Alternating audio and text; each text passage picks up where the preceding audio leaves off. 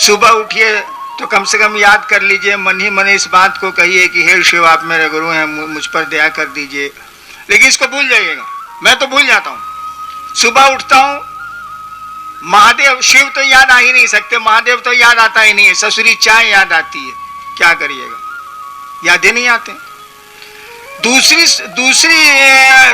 दूसरा हम लोगों ने सूत्र कहा, दूसरा काम कहा कि चर्चा करिए, दूसरों से शिव गुरु हैं इसकी चर्चा करिए।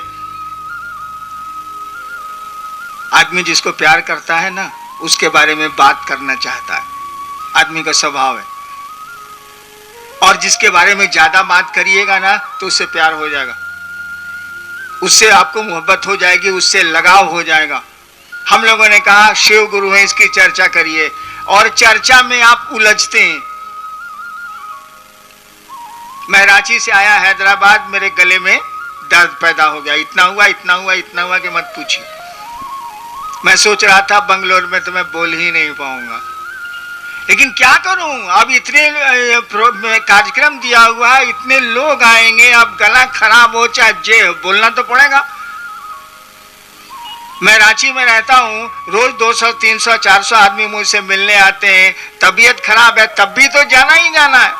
इतना दूर से लोग आया है, टिकट कटाए के आया है, परेशानी झेल के आया है, मिलना तो है ही, क्या करेंगे। यानी चर्चा आपको प्रेरित करती है आपको अपने गुरु को याद करने में। जब हम लोग मैजिस्ट्रेट थे और जब हमने शुरू की थी ये बात कहनी कि शिव को गुरु बनाइए,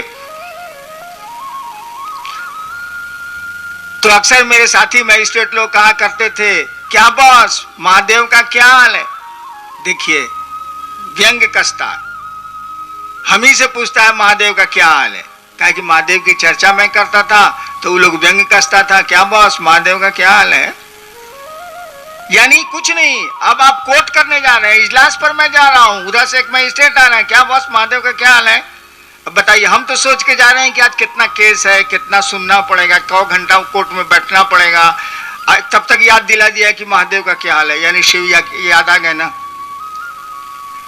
जब भी किसी की याद आपको आती रहे, जबरदस्ती ही सही, जब भी कोई आपकी याद में आता रहे, एक दिन जान लीजिए प्यार हो जाएगा।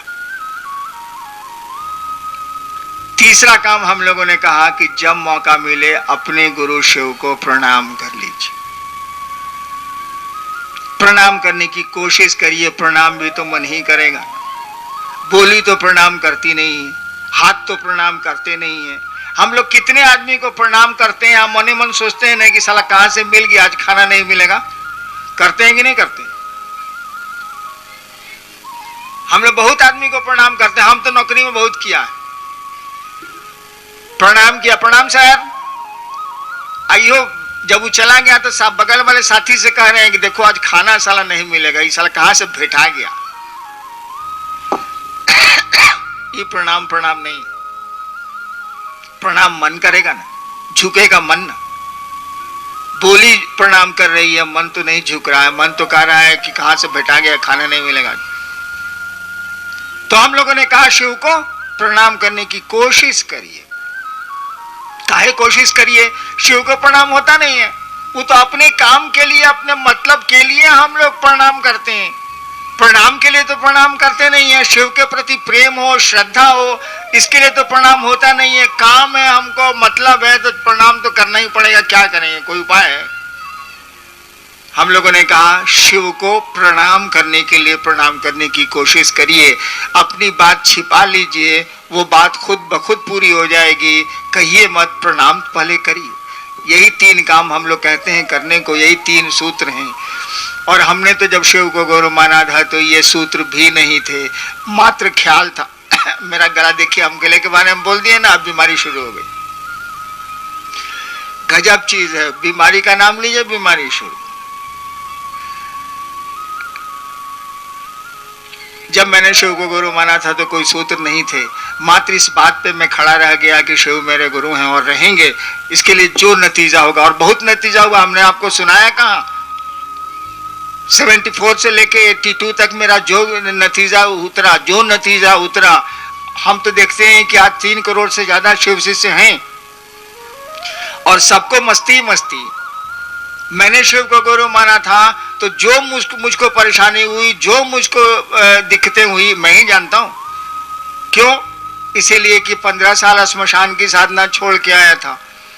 बढ़िया आदमी का साथ छोड़ दीजिएगा तो आपका भला मनाएगा, और शैतान आदमी का साथ छोड़ दीजिएगा ना तो आपको चैन से रहने नहीं देगा। तो स्मशान में सब प्रेत सबसे हमको दोस्ती हो गई थी, और शिव को गुरु मान के साथ छोड़ दिया। सब मिलके हमको तंग करता था, और मैं बैठ के रोता था कि साला कहां फंस गया, शिव को गुरु मान लिया, प्रेत वो तंग करता।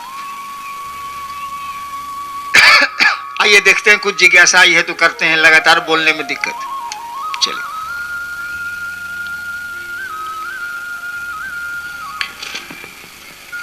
शिव गुरु की शिष्यता और जो पारंपरिक दीक्षा पद्धति है, दोनों में अंतर है। आपने लिखा है कि गुरु की दया ही दीक्षा है, जबकि पारंपरिक गुरु परंपरा में गुरु कान में मंत्र उंतर देते हैं। तो शिव शिष्यता में दीक्षा की क्या व्यवस्था है, इस पर प्रकाश डालने की कृपा की जाए। आपके ग्रंथों में भी दीक्षा शब्द की व्याख्या की गई है। हमारी किताबों में भी दीक्षा शब्द की व्याख्या की गई है, और लिखा गया है कि ऐसा ज्ञान, ऐसा दिया, ऐसा ज्ञान का दिया गुरु जलाते हैं जिससे शिष्य के पाप का क्षय होता है। इसको दीक्षा बोलते हैं। अंग्रेजी में बड़ा अच्छा है, हिंदी में तो समझने में थोड़ी दिक्कत होती है, अंग्रेजी में बहुत बढ़िया है। दीक्षा शब्द की अंग्रेजी होती है इनिशिएशन। दीक्षा शब्द की अंग्रेजी है इनिशिएशन। आप जानते हैं इनिशिएट, टू इनिशिएट का मानी होता है प्रारंभ करना, शुरू करना, टू इनिशिएट। और अंग्रेजी इसी से बना है, इनिशिएट से इनिशिएशन। यानी आध्यात्म की दुनिया में गुरु शिष्य के कदम जब बढ़ाते हैं अपनी दया, अपने आशीर्वाद, अपनी कृपा से, तो एक शुरुआत होती है ईश्वर की ओर चलने की। दिस इज कॉल्ड इनिशिएशन, प्रारंभ। इसी को बोलते हैं दीक्षा। दीयते ज्ञानम क्षीयते पापम, गुरु ज्ञान देते हैं और पाप का क्षय होता है। और दीक्षा कई तरह की होती है। प्रोफेसर साहब ने कहा ना कि वो कान में मंत्र देते हैं, ऐसा नहीं है। पहले के जमाने में शिष्य 200-200 किलोमीटर दूर रहते थे और गुरु कहीं और होते थे, और शक्तिपात दीक्षा होती थी, मेंटली दीक्षा दी जाती थी। अभी भी तो मेंटली ही दीक्षा दी जाती है। मंत्र दे देने से क्या होगा? मंत्र में चैतन्य तो गुरु को देना होगा ना। नक्शे पर आप बता दीजिए कि दिस इज बंगलोर, इससे क्या हो जाएगा? हम लोग आज से जान रहे हैं कर्नाटक की राजधानी बंगलोर है और दक्षिण भारत में है, लेकिन बंगलोर का अनुभव तो मुझको बंगलोर आने पर ही मिला ना, कि बड़ा खूबसूरत शहर है, यहाँ लोग बड़े अच्छे हैं।